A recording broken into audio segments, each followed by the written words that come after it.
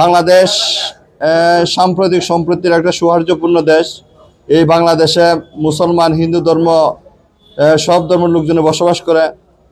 তার ধারাবাহিকতা ময়মনসিংহ জেলার কোতোয়ালি থানাধীন থানাঘাট সংলগ্ন পাশাপাশি একটি ধর্মীয় বড় মসজিদ ও পাশাপাশি শিব মন্দির রহিয়াছে। উক্ত শিব মন্দির এবং ধর্মীয় আপনার মুসলমান এবং হিন্দু যার যার ধর্ম পালন করে আসতেছে। গত তার ধারাবাহিকতায় 17/11/2024 তারিখে দুপুর 2 ঘটিকার সময় পর হইতে বিকালে 16 ঘটিকা পর্যন্ত যে কোনো সময় অজ্ঞাতনামা চোর ময়মনসিংহ কোতোয়ালি থানাধীন থানাঘাট সংলগ্ন শিব মন্দির ভিতর হইতে একটি শিবলিঙ্গ চুরি করে নিয়ে যায়। তাৎক্ষণিকভাবে ময়মনসিংহ জেলার সুযোগ্য পুলিশ সুপার মহোদয়কে অবগত করিলে তাহার নির্দেশনা আইনগত ব্যবস্থা গ্রহণ করার নির্দেশ প্রদান করে। উক্ত ঘটনায় প্রকৃত কোতোয়ালি থানার মামলা নম্বর 43 তারিখ 17/11/2024 ধারা 454/380 পেনাল রুজু করা হয়। মাননীয় পুলিশ সুপার মহোদয়ের দিক নির্দেশনায় ময়মনসিংহ জেলার কোতোয়ালি থানায় একটি টিম তাৎক্ষণিকভাবে উক্ত মূর্তি উদ্ধার করার জন্য পরিচালনায় গ্রহণ করে।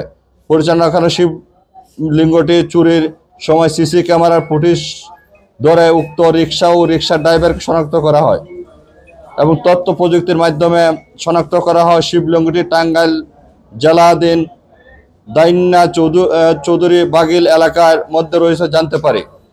পরবর্তীতে মামলা রুজুর হওয়ার 4 ঘন্টার মধ্যে আসামি প্রশান্ত কর্মকার 33, পিতা মনোরঞ্জন সরকার, মাতা চায়ারিনী সরকার, সাং বাগিল গল্পের বাজার দাইম্যা চৌধুরী থানা টাঙ্গাইলকে শনাক্তপূর্বক টাঙ্গাইল জেলা সদর থানার দাইম্যা চৌধুরীর বাগিল এলাকা হইতে গ্রেপ্তারপূর্বক তাহাকে হেফাজতে নেওয়া হয় এবং চুরাই যাওয়া শিবলিঙ্গটি উদ্ধার করা হয়।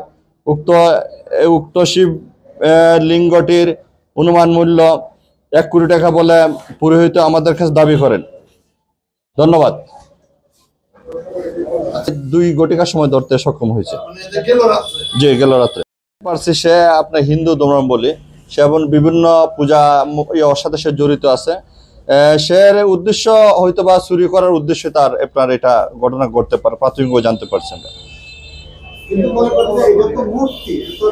যেহেতু আমরা একটা প্রাথমিকভাবে আমরা আপনার এই আসামিটাকে গ্রেপ্তার করতে পারছি এবং মূর্তির উদ্ধার করতে পারছি। এই ঘটনার সাথে যদি আরো কোনো চক্র জড়িত থাকে এই বিষয়টা আমরা তদন্ত করে আমরা আইনের আওতায় নিয়ে আসবো। না, রিকশাওয়ালা জড়িত না।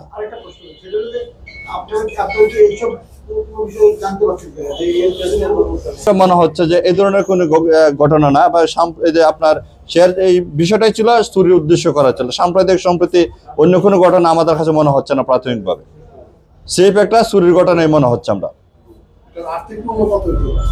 আপনার পুরোহিত যে এখানে দাবি করছে 1 কোটি টাকা তারা দাবি করছে।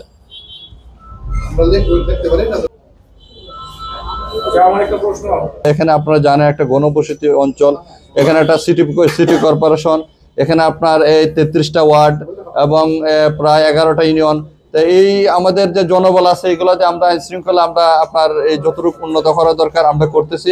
এবং আরো আপনাদের যদি এই ধরনের কোনো সুনির্দিষ্ট কোনো চুরি চিন্তার ঘটনা আমাদের তথ্য দিলে আমরা তাৎক্ষণিকভাবে ব্যবস্থা নেব। এবং আমাদের ঊর্ধ্বতন কর্তৃপক্ষ এবারে খুব সজাগ এবং তারা প্রত্যেকের নির্দেশনা যে আপনার গত 5 তারিখের ঘটনার পত্রিকা যে কোনো জায়গায় যে কোনো ঘটনা ঘটে আমরা আপনাদেরকে সবাইকে সংবাদ পাই হলো সন্ধ্যা 6টায় সংবাদ পাওয়ার সঙ্গে সঙ্গে ওসি স্যার তাৎক্ষণিকভাবে আমাদের পুলিশ সুপার মহোদয়কে অবহিত করার পরেই স্যারের দিক নির্দেশনায় তাৎক্ষণিকভাবে মামলা রুজু হয়। মামলা রুজু হয়েছে আমাদের লোকে 8:30 মামলা রুজু হয়। তাৎক্ষণিকভাবে আমাদের টিম নিয়ে বের হয়ে যায় এবং রিক্সাটা শনাক্ত হয়। সেই রিক্সার ড্রাইভারকে আমরা তাৎক্ষণিকভাবে উঠাই নিয়ে আসি। সে কোত্থেকে তাকে উঠাইলো এবং কোন জায়গায় নামাইলো আমরা তাকে নিয়ে আসলাম।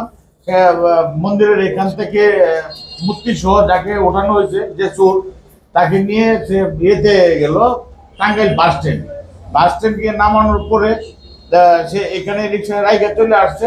তাৎক্ষণিকভাবে আমরা এখানে যে হেল্পার ছিল, বাসের যে টিকিট কাউন্টার ছিল, তাদের সাথে আমরা কথা বলি। আমরা একটা সময় নির্ধারণ করি যে 3:30 যদি এখান থেকে যায় তাহলে কতটুকু সময় লাগতে পারে। এর মধ্যে আমরা 3-4টা বাসকে শনাক্ত করি যে এই টাইমের মধ্যে এই বাসে হয়তো সে যেতে পারে। তাৎক্ষণিকভাবে আমরা ওই বাস শনাক্ত 3টা বাসের হেল্পারের সঙ্গে যোগাযোগ করি।